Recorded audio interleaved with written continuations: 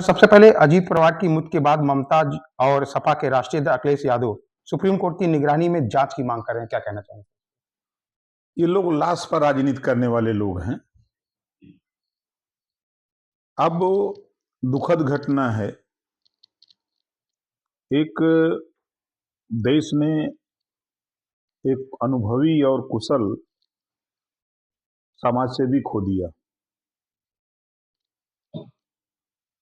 इस दुख की घड़ी में ईश्वर उनके परिवार को दुख सहने की क्षमता दे, ताकत दे, और हम सब लोग उनके परिवार को दुख की घड़ी में साथ खड़े हैं।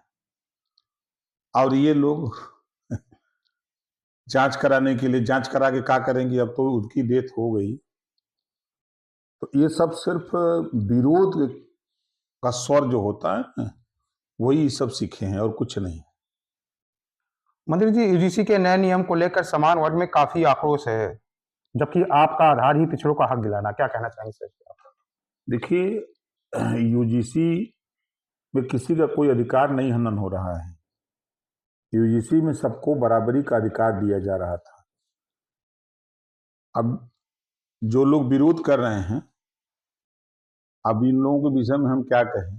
कल तक जब मंदिर बनाने के ऐलान मोदी जी ने किया, योगी जी ने किया, तब तो ये भगवान थे। जो राम को लाए हम उन्हीं को ले आएंगे। जब ESW ले आए तब तो मोदी जी भगवान थे। सबको पढ़ाते हैं सनातन, जब हिंदू से सनातन पे ले आए, और आज वही सनातन की परिभाषा पढ़ाने वाले अब तेली पढ़ाने लगे मोदी जी को कि तेली हैं।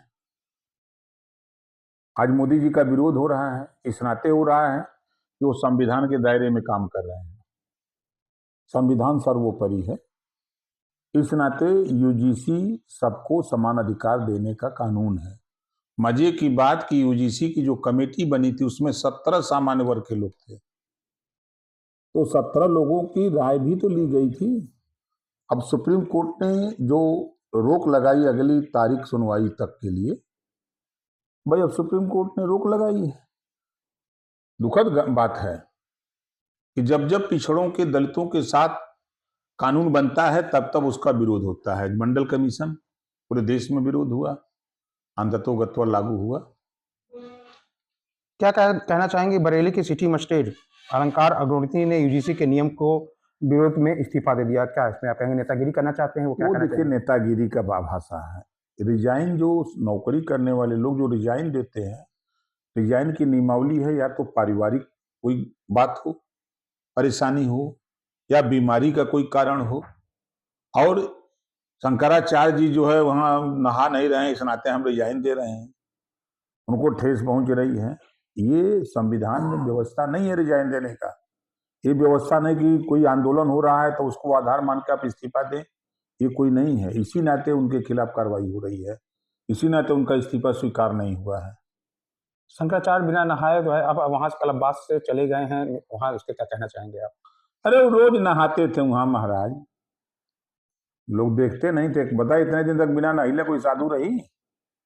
गंगा नहाने की बात हो रही, संगम पे नहाने की बात की कि वो डुबकी लगाने नहीं गए। अरे डुबकी देखिए, मन चंगा तो कटौती में गंगा। एक सुप्रीम कोर्ट ने जो यूजीसी के नियम पर यह कहकर रोक लगाया है कि परिभाषा स्पष्ट नहीं है और इसका दुरुपयोग हो सकता है। आप एक कैबिनेट मंत्री के तौर पर इस पे क्या कहना, टिप्पणी करना चाहेंगे कि वो इस तरह लगाया? देखिए, सुप्रीम कोर्ट पर हम लोग कमेंट नहीं कर सकते, और मुझे पूरा विश्वास है सुप्रीम कोर्ट जो है, जो नियम है उसमें जो अगर कोई कमी दिखी होगी तो उसको संशोधित करके और फिर संविधान के दायरे में सबको बराबरी का अधिकार मिलेगा। ठीक सर।